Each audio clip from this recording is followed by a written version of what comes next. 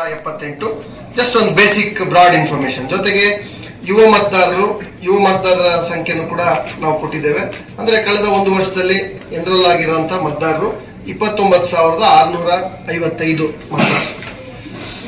Next, so ಈಗ ಮುಖ್ಯ ಉದ್ದೇಶ SIR ಅಂದ್ರೆ ಏನು, ಯಾಕೆ SIR ಅನ್ನ ಮಾಡ್ತಾರೆ, ಈಗ ಸಮ್ಮರಿ ರಿವಿಷನ್ ಅಂತೇಳಿ, ನಿರಂತರ ಪರಿಷ್ಕರಣೆ ಅಂತೇಳಿ, ಕಂಟಿನ್ಯೂಸ್ ಅಪ್ಡೇಷನ್ ಅಂತೇಳಿ ಯಾವಾಗಲೂ ಇರುವಂತ ಪ್ರಕ್ರಿಯೆ. ಯಾವಾಗ ಬೇಕಾದ್ರೂ ನಾನು ಹೋಗಿ ಫಾರ್ಮ್ 6 ಕೊಡ್ಬೋದು, ಸೇರಿಸ್ಕೊಡ್ಬೋದು.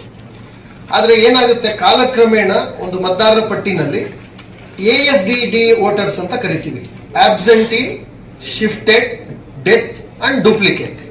ಈಗ ಒಂದು ಕುಟುಂಬ ಅಂತಕ್ಕಂಥದ್ದು ಅನೇಕ ಸಂದರ್ಭಗಳಲ್ಲಿ ಇವತ್ತಿನ ಒಂದು ಆಧುನಿಕ ವ್ಯವಸ್ಥೆಯ ಸಂದರ್ಭದಲ್ಲಿ ಕೆಲಸಕ್ಕಾಗಿ, ಜೀವನೋಪಾಯಕ್ಕಾಗಿ ಅವರು ಒಂದು ಕಡೆಯಿಂದ ಇನ್ನೊಂದು ಕಡೆ ವಲಸೆ ಹೋಗುವಂಥದ್ದು, ಒಂದು ಕಡೆಯಿಂದ ಇನ್ನೊಂದು ಕಡೆ ನೆಲೆಸುವಂಥದ್ದು, ಇವೆಲ್ಲವೂ ಕೂಡ ಸರ್ವೇ ಸಾಮಾನ್ಯವಾದಂತಹ ಪ್ರಕ್ರಿಯೆ.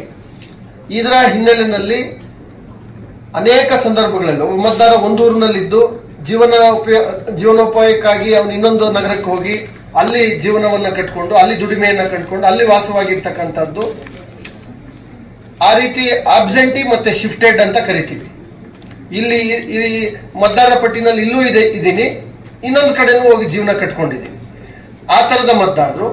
ಡೆತ್ ಮತದಾರರು, ಈಗ ಮರಣ ಹೊಂದಿದ ಮತದಾರರ ಕುಟುಂಬದವರು ಬಂದು ಅರ್ಜಿಯನ್ನ ಕೊಟ್ಟು ಡೆತ್ ಸರ್ಟಿಫಿಕೇಟ್ ಅನ್ನು ಹಾಕಿ ಅರ್ಜಿಯನ್ನ ಕೊಟ್ಟರೆ ಮಾತ್ರ ಅದು ಡಿಲೀಷನ್ ಆಗುವಂಥದ್ದು.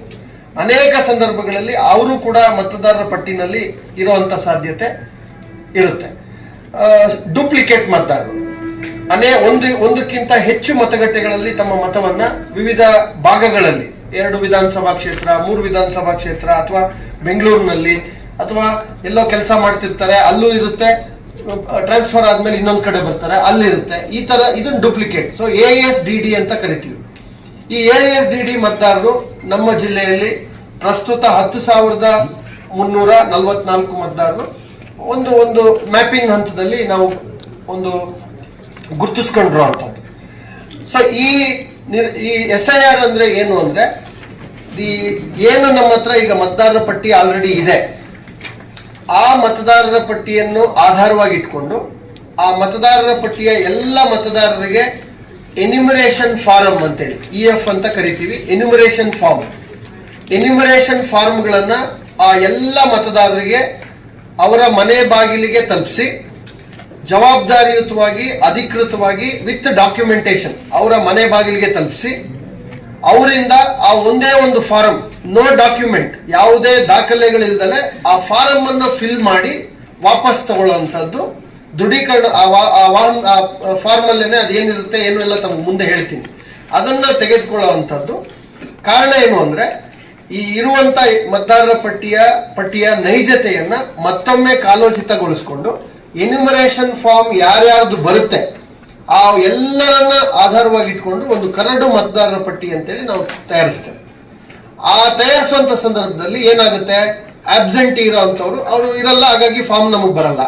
ಡೂಪ್ಲಿಕೇಟ್ ಇರೋಂಥವ್ರು ನನ್ಗೆ ಎಲ್ಲಿರ್ಬೇಕು ಅನ್ನೋ ತೀರ್ಮಾನ ಅವ್ರು ಎಲ್ಲಿ ಬೇಕಾದ್ರೂ ಅವ್ರಿಗೆ ಎನ್ಯುಮರೇಷನ್ ಫಾರ್ಮ್ ಕೊಡ್ಲಿಕ್ಕೆ ಸ್ವತಂತ್ರ ಇರುತ್ತೆ. ಅವರು ಸ್ವತಂತ್ರವಾಗಿ ಎನ್ಯುಮರೇಷನ್ ಫಾರ್ಮ್ ಅನ್ನ ಫಿಲ್ ಮಾಡಿ ನಮ್ಗೆ ವಾಪಸ್ ಕೊಡುವಂಥದ್ದು.